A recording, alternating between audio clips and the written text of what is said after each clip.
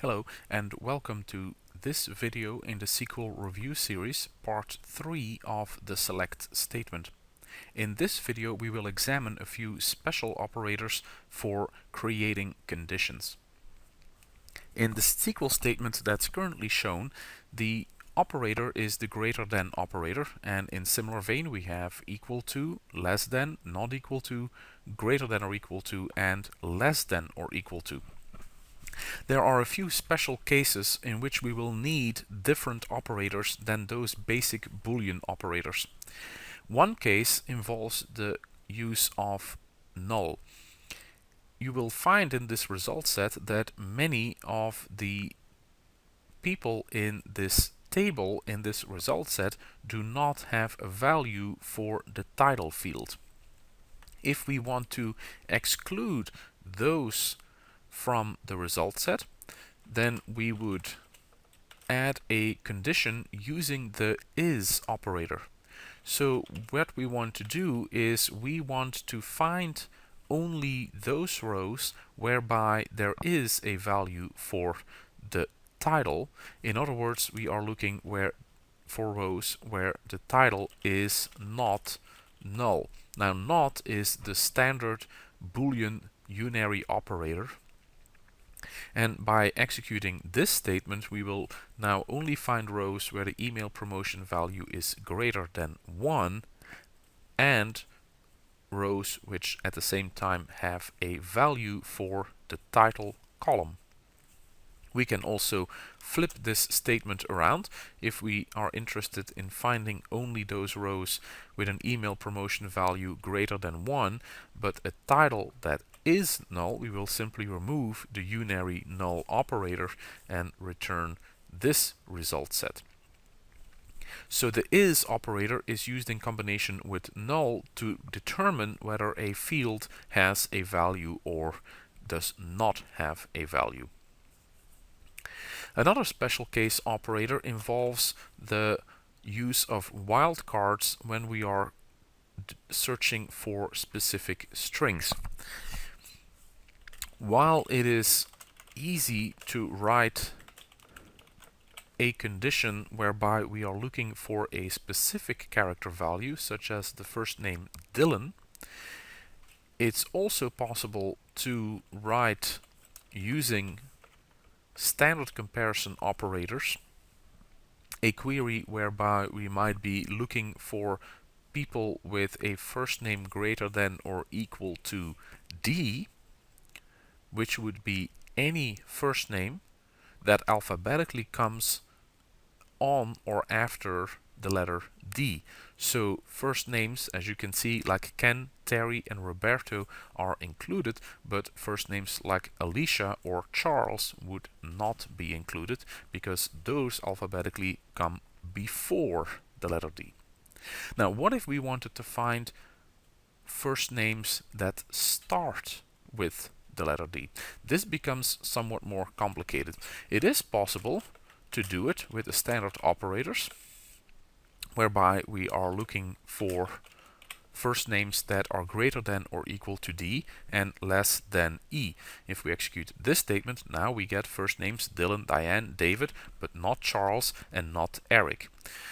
But this becomes somewhat convoluted. It's not easy to understand what the meaning of this condition is. Why were we trying to do that? So this is where the like operator offers additional value. By saying that we want the first name to be like D and then use the percentage sign, we are achieving the same result, but this is generally considered to be easier to read.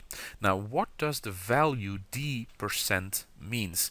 Well, the letter D just means that, the letter D. And we are looking for the letter D in the first position of the field value. So in other words, field values that start with the letter D. Then the percent sign is the wildcard, which means 0 or more characters. So that means that we are now listing every first name that starts with the letter D. We can continue to expand upon this, and we might be looking for first names that start with DA, in which case we get Dalton, Dakota, David, Daisy, but no longer Dylan. We could also put the wildcard in front of the like value, which means that we will now be looking for first names that end in the letter D, such as Syed, Edward, Richard, David, and so on. Now, this is something that we would not be able to accomplish using the traditional comparison operators. We can also find first names that simply have the letter D anywhere in the name by using two wildcard characters, a % in front and a % after the value. Also note, by the way, that depending on the database settings, the search may or may not be case sensitive. Most databases you will encounter will have case insensitive searches. So in this case, we find Dylan and Diane because they start with the letter D. We also find Juanita because the letter D is somewhere in the middle, and we find Ed because the letter D is at the end of the first name. So these examples illustrate that the wildcard character % means 0 or more characters. What if we wanted to find names that have D in the middle of the name, but not at the start or at the end? Well, in that case, we would have to combine this with the underscore operator. The underscore operator means exactly one character.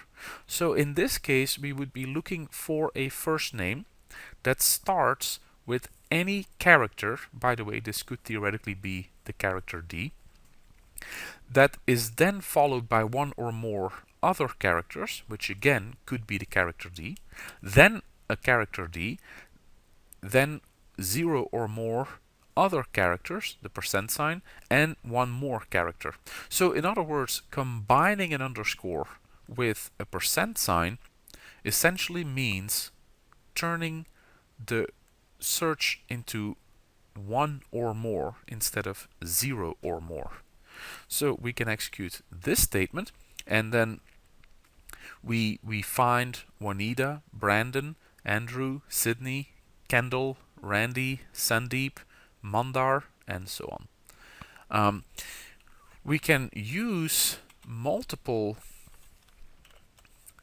underscores, and in this case I have used 3 underscores to find names of an exact length. So in this case, we're looking for names that start with the letter D and then have exactly 3 more characters following that name: Dana, Drew, Dale, Dawn, but David is not included, for example, because it is 5 characters in total length. If we wanted to do 3 or more, we would do this. Now we have Dylan, Diane, David, Doris are all included again. So the like operator is very, very powerful. We can use one or multiple wildcards, whereby the underscore means exactly one character and the % means 0 or more characters, as wildcards. Be careful when executing queries with the like operator, as those queries can take a significant amount of time to execute, because SQL Server is most often not able to apply any optimizations. If we are looking for a character in the middle of a string, then we will not be able to use indexes or other optimizations that have been applied. If you need to do this for very large text values, such as searching for values in a document, you would be looking into using a full text indexing feature in SQL Server, which is beyond the scope of this video. Thank you for watching.